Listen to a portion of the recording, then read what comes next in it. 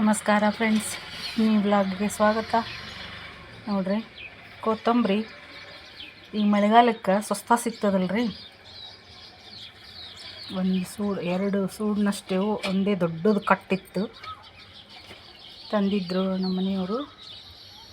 ಇದನ್ನು ಕ್ಲೀನಾಗಿ ತೊಳ್ಕೊಂಡು ಇದೆಲ್ಲ ವೇಸ್ಟ್ ದಪ್ಪ ಕಡ್ಡಿ ಇದ್ದದ್ದನ್ನೆಲ್ಲ ತಕ್ಕೊಂಡು ತಾಜಾ ಆಗಿರ್ಬೇಕಂತಂದ್ರೆ ಹೆಂಗೆ ಮಾಡ್ಕೊಳ್ಳೋದು ಅಂತ ತೋರಿಸ್ತೀನಂತ ನಿಮ್ಗೆ.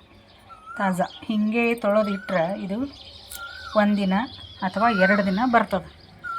ಇದನ್ನು ಪೂರ್ತಿ ನಾವು ಯೂಸ್ ಮಾಡ್ಕೋಬೇಕು. ಹೆಂಗೆ ಅಂತಂದ್ರೆ ಒಂದು ಹಳೇ ಕಾಲದ ಟಿಪ್ಸ್ ಐತಿ, ಹೇಳ್ತೀನಿ. ನಮ್ಮ ಅಜ್ಜಿಯಂದಿರು ಮಾಡ್ತಿದ್ರು ಹಿಂಗೆ.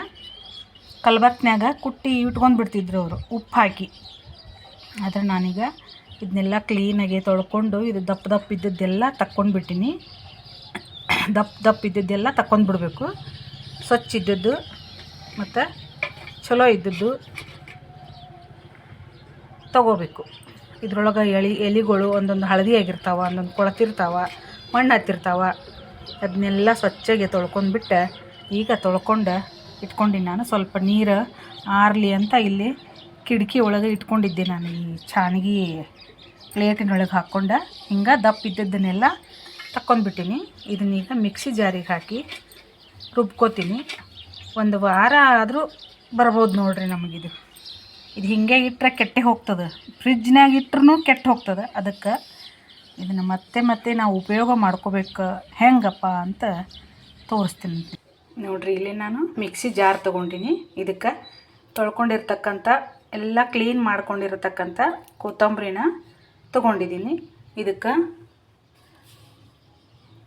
ಒಂದು ಸ್ವಲ್ಪ ಉಪ್ಪು ಹಾಕ್ಕೊಂಡು ರುಬ್ಕೊಂಡ್ಬಿಡ್ತೀನಿ. ರುಬ್ಕೊಂಡು ಒಂದು ಕಾಜಿನ ಭರಣಿ ಒಳಗೆ ತುಂಬಿಟ್ಕೊಂಡ್ಬಿಟ್ರೆ ನಮಗೊಂದು ವಾರಕ್ಕಾಗೋ ಅಷ್ಟಾದ್ರೂ ಇದು ಸೇಫಾಗೇ ಇರ್ತದೆ. ರುಬ್ಬಿಟ್ರೆ ಏನೂ ಕೆಡಂಗಿಲ್ಲ. ಅದು ನಾವು ಸಾರಿಗೆ, ಪಲ್ಯಗಳಿಗೆ, ಚಟ್ನಿಗಳಿಗೆ ಎಲ್ಲದಕ್ಕೂ ಹಾಕ್ಕೋಬೋದು. ಇದನ್ನು ಈಗ ನಾನು ರುಬ್ಬಿ ತೊಗೋತೀನಿ. ನೋಡಿ, ನಾನು ರುಬ್ಬಿ ತೊಗೊಂಡ್ಬಿಟ್ಟೆ.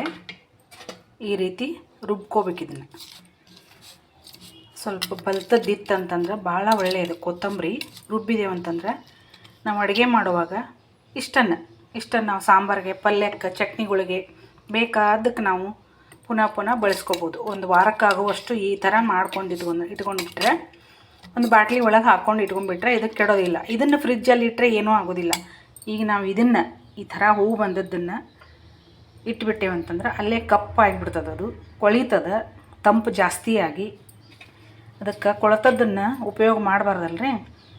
ಈಗ ತಾಜಾ ಇರುವಾಗಲೇ ಒಂದು ಮುಂದೆ ನಮಗೆ ಉಪಯೋಗ ಆಗಬೇಕು ಅನ್ನುವಂಗೆ ಮಾಡ್ಕೋಬಹುದು ಅಂತ ಈ ವಿಡಿಯೋ ಮಾಡಿದೆ ನಾನು.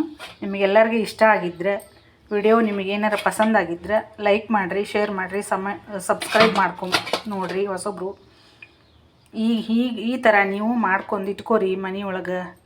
ನಾನು ಇದನ್ನು ಒಂದು ಬಾಟಲ್ ಒಳಗೆ ಹಾಕ್ಕೊಂಡು ತಕ್ಕೊಂಡ್ಬಿಡ್ತೀನಿ. ಈಗ ನೋಡಿರಿ, ಇಷ್ಟು ನುಣ್ಣಗೆ ಚೆಂದ ಇರ್ತದೆ. ಇದು ಹೀಗೆ ತಾಜಾ ಇರ್ತದೆ ನೋಡಿರಿ. ಇದು ಹಿಂಗೆ ಒಂದು ಅರ್ಧ ಚಮಚದಷ್ಟು ನಾವು ಉಪ್ಪು ಹಾಕಿರ್ತೀವಿ ಸಾಂಬಾರಿಗೆ. ಅದು ಸ್ವಲ್ಪ ಕಡಿಮೆ ಹಾಕ್ಕೊಂಡು ನೋಡಿ ಹಾಕ್ಕೋಬೇಕು ನಾವು, ರುಚಿಗೆ ತಕ್ಕಷ್ಟು ಉಪ್ಪು. ಅಡುಗೆಗೆ ಬಳಸುವಾಗ ನಾನು ಹೇಳ್ತಾ ಇರೋದು, ಅಡುಗೆಗೆ ಬಳಸುವಾಗ ಈ ರೀತಿಯಾಗಿ 1 ಚಮಚದಷ್ಟು. ಇದು ತಾಜಾ ಉಳಿಯೋಂಗಿಲ್ಲ ನನಗೆ ಗೊತ್ತು.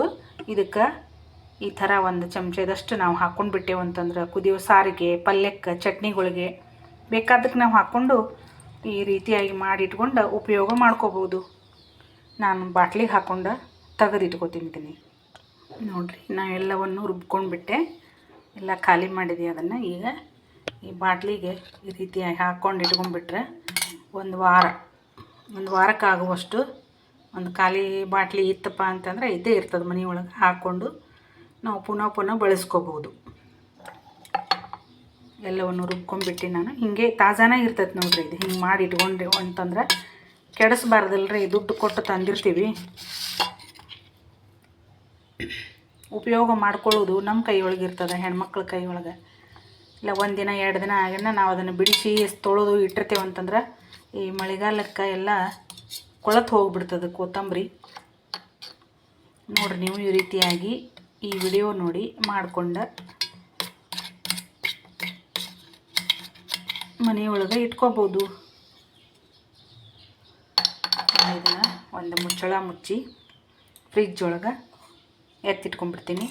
ಸಾಂಬಾರಿಗೆ ಪಲ್ಯಕ್ಕೆ ಎಲ್ಲದಕ್ಕೂ ಬಳಸ್ಕೊತೀನಿ. ನಾನು ಹೀಗೆ ಮಾಡಿ ಇಟ್ಕೋತೀನಿ. ತಾಜಾ ಒಂದು ದಿನ ತಂದು ಅವತ್ತೇ ಬಳಸ್ಕೊಳ್ಳೋದಿತ್ತಂದ್ರೆ ಬಳಸ್ಕೊಂಡಿರ್ತೀನಿ. ಭಾಳ ತಂದಿದ್ದೀವಂತಂದ್ರೆ ಈ ರೀತಿಯಾಗಿ ಮಾಡಿ ಇಟ್ಕೊಂಡ್ಬಿಡ್ತೀನಿ. ನಾನು ಇದನ್ನು ಫ್ರಿಜ್ ಒಳಗೆ ಎತ್ತಿ ಇಟ್ಬಿಡ್ತೀನಿ. ಇಷ್ಟೊತ್ತು ನಾನು ವಿಡಿಯೋ ನೋಡಿದ್ದಕ್ಕಾಗಿ ಧನ್ಯವಾದಗಳು.